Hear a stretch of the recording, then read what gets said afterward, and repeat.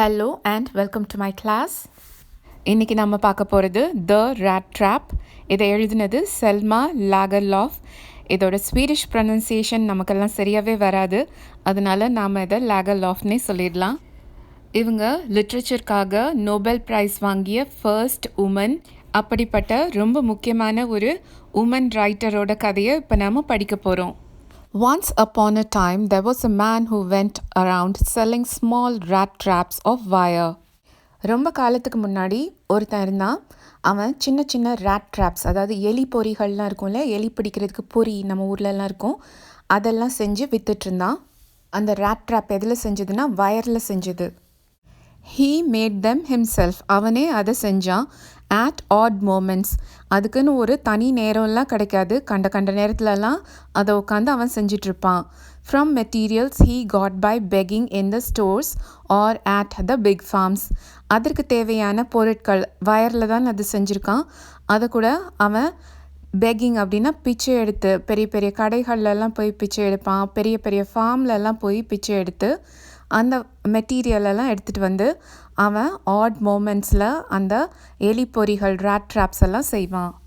But even so the business was not especially profitable. அந்த மாதிரி அவன் செஞ்சு விற்றா கூட அது ஒரு லாபகரமான தொழிலாக அவனுக்கு இல்லை. So he had to resort to both begging and petty தீவரி.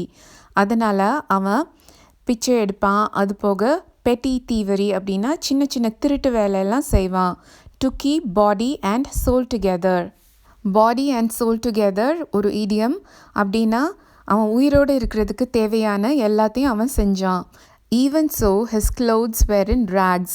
Rags அப்படின்னா கந்தல் துணி, கிழிஞ்ச கந்தலான துணியை தான் அவன் போட்டுட்டு இருந்தான்.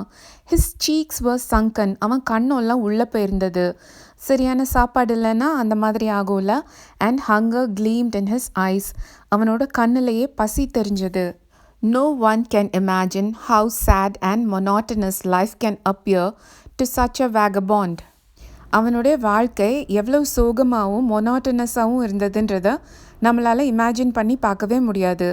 மொனாட்டனஸ் அப்படின்னா செஞ்ச வேலையே தினம் திரும்ப திரும்ப செஞ்சுட்டு ஒரு சுவாரஸ்யமே இல்லாத ஒரு வாழ்க்கையாக அவனோட வாழ்க்கை இருக்குது. வேகபாண்ட் அப்படின்னா தங்குறதுக்கு ஒரு இடமில்லாத நாடோடி. who plods along the road. plod அப்படின்னா கொஞ்ச நாளைக்கு முன்னாடி நம்ம டிவிலெல்லாம் பார்த்துருப்போம்ல, எத்தனை பேர் ரோட்டில் மெதுவாக ஹெவி ஸ்டெப்ஸோடு நடந்து போயிட்டுருந்தாங்க. அந்த மாதிரி இருக்கிற ஒரு வேகபாண்ட். left to his own meditations அப்படின்னா இங்கே அவனோட தாட்ஸ். அவன் எப்போவும் தனியாக உட்காந்து யோசிச்சுட்ருப்பான். But one day this man had fallen into a line of thought which really seemed to him entertaining. அப்படி இருக்கும்போது திடீர்னு அவனுக்கு ஒரு நாள் ஒரு யோசனை வருது, ஒரு தாட், ஒரு எண்ணம் வருது. அது அவனுக்கே ரொம்ப என்டர்டெய்னிங்காக இருக்குது, ரொம்ப அம்யூசிங்காக இருக்குது. He had naturally been thinking of his rat traps. அவன் எப்பவும் போல் அவனோட rat traps பற்றி யோசிச்சுட்ருக்கான். When suddenly he was struck by the idea that the whole world about him, the whole world with its lands and seas, its cities and villages was nothing but a big rat trap. அப்போ அவனுக்கு என்ன தோணுதுன்னா, இந்த முழு உலகமும், இந்த உலகத்தில் இருக்கிற நிலம், நீர், பெரிய பெரிய சிட்டிஸ், சின்ன சின்ன வில்லேஜஸ், இதெல்லாமே ஒன்றும் இல்லை, இதெல்லாமே ஒரு பெரிய ரேட் ட்ராப், ஒரு மிகப்பெரிய எலி பொறி அப்படின்னு அவனுக்கு தோணுது. It has never existed for any other purpose than to set baits for people. இந்த உலகத்தோட வேலையே என்னன்னா மக்களுக்கெல்லாம் பொறி வச்சு அவங்கள பிடிக்கிறது தானா.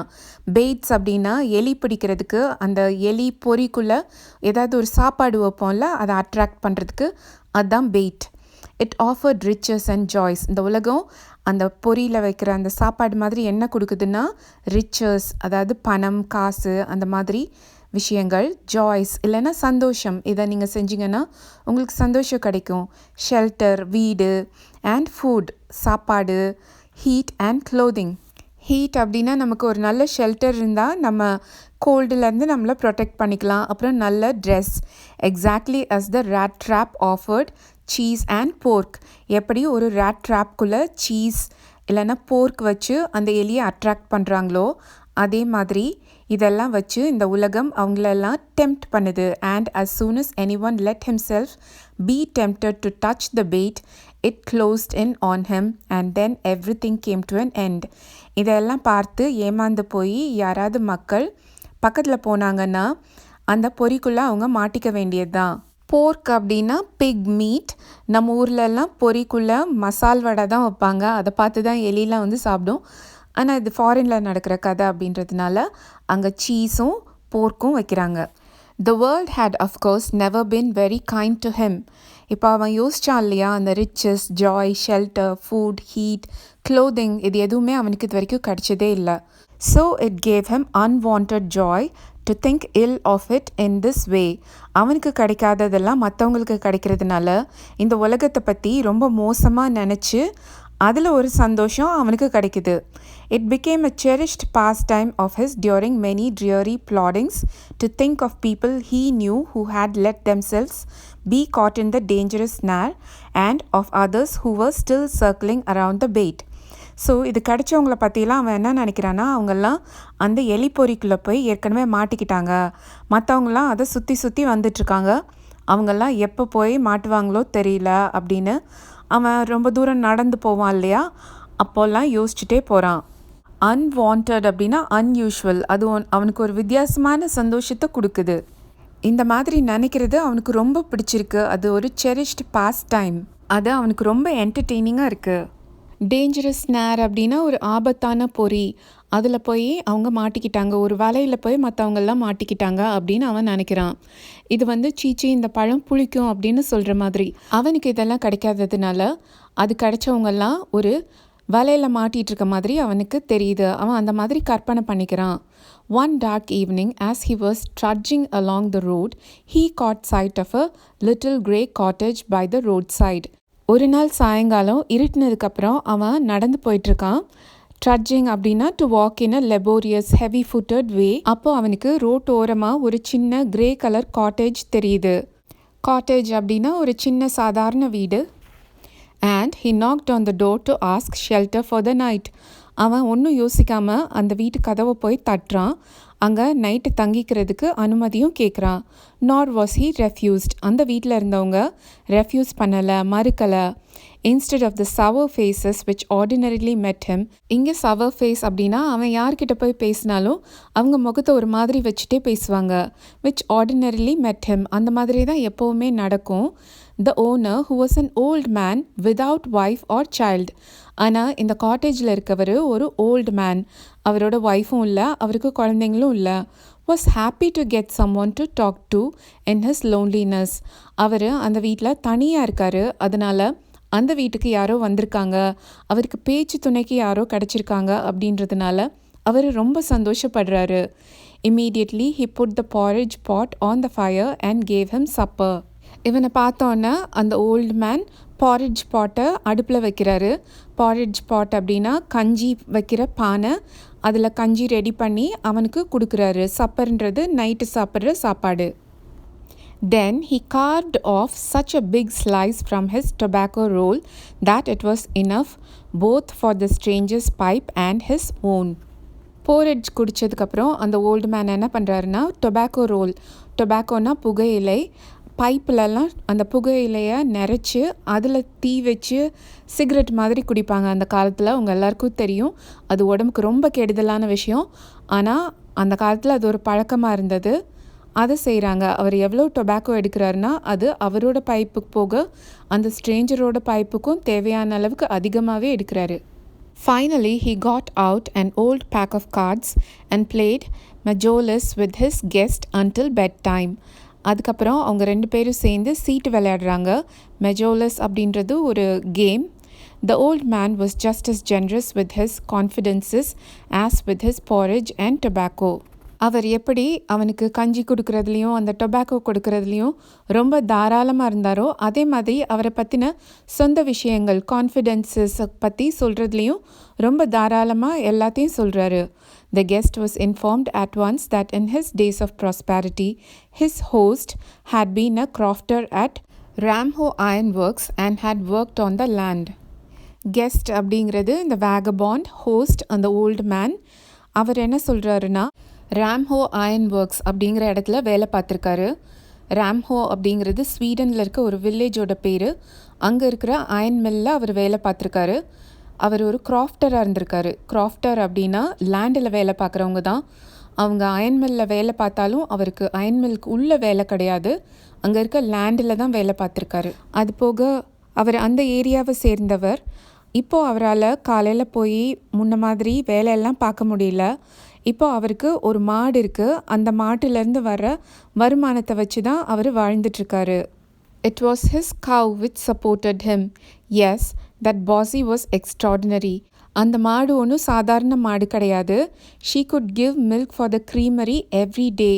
creamery அப்படின்றது பால் பண்ணை மாதிரி. அங்கே பாலில் இருக்க க்ரீம் எல்லாம் தனியாக எடுப்பாங்க. அந்த மாதிரி ஒரு இடத்துல போய் இவர் தினம் அந்த பாலை கொடுத்துட்டு வர்றாரு.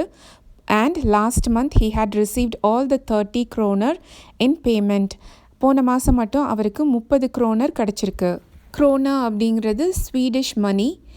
The stranger must have seemed incredulous, for the old man got up and went to the window. அதை கேட்ட நம்ம ஹீரோக்கு நம்ப முடியாமல் இருந்தது. ஏன்னா ராட் ட்ராப் விற்று அவரால் அவ்வளோ பணம் சம்பாதிக்கவே முடியாது. அந்த ஓல்டு மேனுக்கு ஸ்ட்ரேஞ்சருக்கு சந்தேகம் இருக்கிறது புரிஞ்சிருச்சு. அதனால் அவர் என்ன பண்ணுறாருன்னா, took down a leather pouch which hung on a nail in the very window and picked out 3 wrinkled 10 kroner bills. அவர் எழுந்து போய் ஜன்னல் பக்கத்தில் ஆணி அடித்து ஒரு தோல் பையை மாட்டியிருக்காரு. அதுலேருந்து 3 kroner பில்ஸ் எடுக்கிறாரு. அதெல்லாம் wrinkled கசங்கி இருக்குது. These he held up before the eyes of his guest, nodding knowingly. நீ நம்பலைல, இப்போ பார்த்தியா நான் நிஜமாவே இவ்வளோ பணம் சம்பாதிச்சிருக்கேன் அப்படின்னு அவன் கண்ணுக்கிட்ட வந்து காமிக்கிறாரு. Then stuffed them back into the pouch. அதை திரும்ப அந்த leather பைக்குள்ளே வச்சிடுறாரு. The next day both men got up in good season. 2 பேரும் காலையிலேயே எழுந்துடுறாங்க. இங்கே இன் குட் சீசன் அப்படின்னா வெதர் நல்லா இருக்குன்னு அர்த்தம் கிடையாது. அவங்க ரொம்ப ஏர்லியாக ரொம்ப சீக்கிரமே எழுந்துடுறாங்க அப்படின்னு அர்த்தம். The crofter was in a hurry to milk his cow. அந்த கிராஃப்டர் ஏன் சீக்கிரம் எழுந்துடுறாருன்னா அவருக்கு போய் பால் கறக்கணும். அப்போ தானே க்ரீமரியில் போய் அவர் கொடுக்க முடியும். And the other man probably thought he should not stay in bed when the head of the house had gotten up. அந்த வீட்டுக்கு சொந்தக்காரரே எழுந்து அவர் வேலையை பார்க்க ஆரம்பித்ததுக்கப்புறம் இந்த ராட் ட்ராப்ஸ் எல்லாரும் தூங்கிட்டு இருந்தால் நல்லா இருக்காது இல்லையா, அதனால் அவரும் எழுந்துடுறாரு. They left the cottage at the same time. 2 பேருமே அந்த காட்டேஜை விட்டு ஒரே நேரத்தில் கிளம்பிடுறாங்க. The crofter locked the door and put the key in his pocket. அந்த crofter வந்து கிளம்பும் போது கதவை நல்லா பூட்டிட்டு சாவி எடுத்து அவர் பாக்கெட்டில் போட்டு போகிறாரு. The man with the rat traps said goodbye and thank you. இந்த rat traps எல்லாரும் அந்த ஓல்டு மேனுக்கு குட் பை தேங்க்யூலாம் சொல்லிட்டு கிளம்பிடுறாரு. And thereupon went his own way. அப்புறம் அவர் வழியை பார்த்து போயிட்டே இருக்காரு. But half an hour later the rat trap peddler stood again before the door. ஆனால் 1/2 மணி நேரம் கழிச்சு என்ன ஆச்சு தெரியுமா? rat trap seller, பெட்லர் அப்படின்னா ஒரு சின்ன வியாபாரி, ரோட்லெல்லாம் கூவி கூவி விற்பாங்கல்ல, அவங்க தான் பெட்லர். அவன் திரும்ப 1/2 மணி நேரம் கழித்து அந்த வீட்டு வாசலில் வந்து நிற்கிறான். He did not try to get in, however. அவன் கதவெல்லாம் உடச்சி வீட்டுக்குள்ளே போகலாம் ட்ரை பண்ணவே இல்லை. He only went up to the window. ஜன்னல் பக்கத்தில் போகிறான். Smashed a pane. ஒரு ஜன்னல் கண்ணாடியை உடைக்கிறான். Stuck in his hand. கையை உள்ளே விட்டு and got hold of the pouch with 30 kroner. அந்த லெதர் பவுச் ஜன்னல் பக்கத்தில் மாட்டியிருந்தார் இல்லையா, உங்களுக்கு ஞாபகம் இருக்கா? ஒரு ஆணி அடித்து ஜன்னல் பக்கத்தில் மாட்டியிருந்தார்ல, அதை அவன் ஏற்கனவே நோட் பண்ணியிருப்பான் போல இருக்கு. கையை உள்ளே விட்டு அந்த 30 kroner மட்டும் எடுக்கிறான். He took the money and thrust it into his pocket. அந்த பணத்தை எடுத்து அவன் பாக்கெட்டுக்குள்ளே வச்சுக்கிறான். Then he hung the leather pouch very carefully back in its place and went by. அந்த லெதர் பவுச்சை, அந்த பையை எங்கேருந்து எடுத்தானோ அதை திரும்ப அதே இடத்துல வச்சுட்டு அவன் வந்த வழியிலே போயிடுறான். அந்த வயசானவர் மாதம் பூரா பால் கறந்து சம்பாதிச்ச பணத்தை அவன் எடுத்துகிட்டு போயிட்டான். As he walked along with the money in his pocket, he felt quite pleased with his smartness. அவன் அந்த பணத்தை பாக்கெட்டில் வச்சு நடந்து போகும்போது அவனோட ஸ்மார்ட்னஸை, அவனோட அறிவை, அவனோட புத்தியை நினச்சி அவனே ரொம்ப மெச்சிக்கிறான். செஞ்சது திருட்டு, ஆனால் அதில் ரொம்ப பெருமை வேறு அவனுக்கு. He realized of course that at first he dared not continue on the public highway. அவனுக்கு அந்த பப்ளிக் ஹைவேல நடக்கிறதுக்கு கொஞ்சம் பயமாக இருந்தது. ஏன்னா யாராவது அவனை தேடி வந்தாங்கன்னா அவன் மாட்டிக்குவான்ல. But must turn off the road into the woods. அதனால் காட்டு பாதையில் நடந்து போகணும்னு முடிவு பண்ணுறான். During the first few hours this cost him no difficulty. கொஞ்சம் மணி நேரம் அவன் அந்த பாதையில் நடந்து போயிட்டே இருக்கான். Later in the day it became worse. ஆனால் போக போக அது மோசமாகிட்டே இருக்கு. For it was a big and confusing forest which he had gotten into. ஏன்னா அவன் இப்போ நடந்து போயிட்டுருக்கான் இல்லையா, அந்த காட்டு பாதை ரொம்ப கன்ஃபியூசிங்காக இருக்குது. He try to be sure to walk in a definite direction. அவன் ஒரே டைரக்ஷனில் நடந்து போகணுன்னு தான் ட்ரை பண்ணுறான். But the paths twisted back and forth so strangely. ஆனால் அந்த பாதை முன்னாடியும் பின்னாடியும் திரும்ப திரும்ப போய்கிட்டே இருக்கு. He walked and walked without coming to the end of the wood. அவன் எவ்வளோ தூரம் நடந்தாலும் அவனால் அந்த காட்டை விட்டு வெளியில் வரவே முடியல. And finally he realized that he had only been walking around in the same part of the forest. அவன் அந்த காட்டுக்குள்ளே ஒரே இடத்துல சுற்றிட்டு இருக்கான் அப்படிங்கிறது அவனுக்கு ரொம்ப நேரம் கழித்து தான் புரியுது. All at once he recalled his thoughts about the world and the rat trap. இப்படி நடந்துகிட்டே இருக்கும்போது தான் அவனுக்கு முன்னாடி அவன் யோசித்தான் இல்லையா, மனிதர்கள்லாம் எலி மாதிரி போய் வலையில் மாட்டிக்கிறாங்க அப்படின்னு. அந்த எண்ணம் திரும்ப வருது. Now his own turn had come. இப்போ அவனே ஒரு வலைக்குள்ளே மாட்டிக்கிட்ட மாதிரி அவனுக்கு தெரியுது.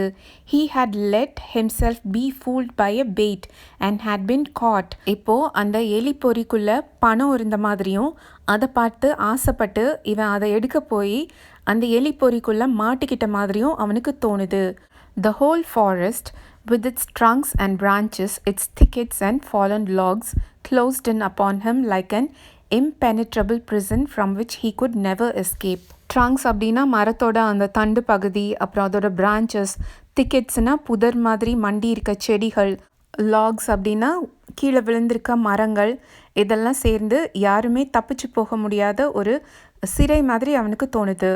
It was late in December. Darkness was already descending over the forest.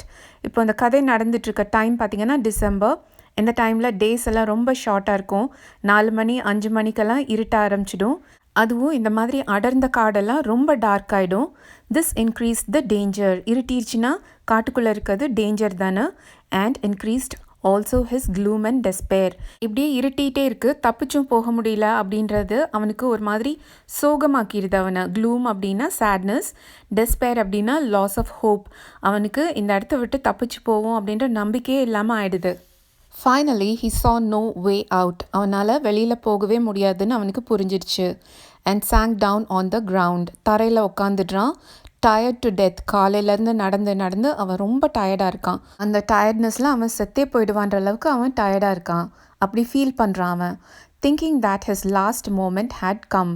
அவ்வளோதான், நம்ம சாக போகிறோம் அப்படின்ற முடிவுக்கே அவன் வந்துட்டான். அவன் காட்டுக்குள்ளே இருக்கிறதுனால ஒன்று ஏதாவது ஒரு அனிமல் அவனை அடித்து சாப்பிட்ரும், இல்லை குளிரில் செத்து போயிடுவான், அப்படி இல்லைனா டயர்ட்னஸில் செத்து போயிடுவான். அந்த மாதிரி அவனுக்கு தோண ஆரம்பிச்சிருச்சு. But just as he laid his head on the ground he heard a sound, a hard regular thumping. அவன் அப்படியே டயர்டாகி அவன் தலையை கீழே வைக்கிறான். அப்போ அவனுக்கு ஒரு சத்தம் கேட்குது. எதையோ அடிக்கிற மாதிரி, ரெகுலர் இன்டர்வெல்லில் எதையோ அடிக்கிற மாதிரி ஒரு சத்தம் கேட்குது அவனுக்கு. There was no doubt as to what that was. அந்த சத்தத்தை அவன் கேட்ட உடனே அது என்ன சத்தம்னு அவனுக்கு புரிஞ்சிடுது. He raised himself. அவன் எழுந்து நிற்கிறான். Those are the hammer strokes from an iron mill. இது பக்கத்தில் இருக்க அயன் மில்லேருந்து யாரோ சுத்தியலை வச்சு அடிக்கிற சத்தம். He thought, there must be people nearby. அப்படின்னா இங்கே மனுஷங்க பக்கத்தில் இருக்காங்கன்னு அர்த்தம்.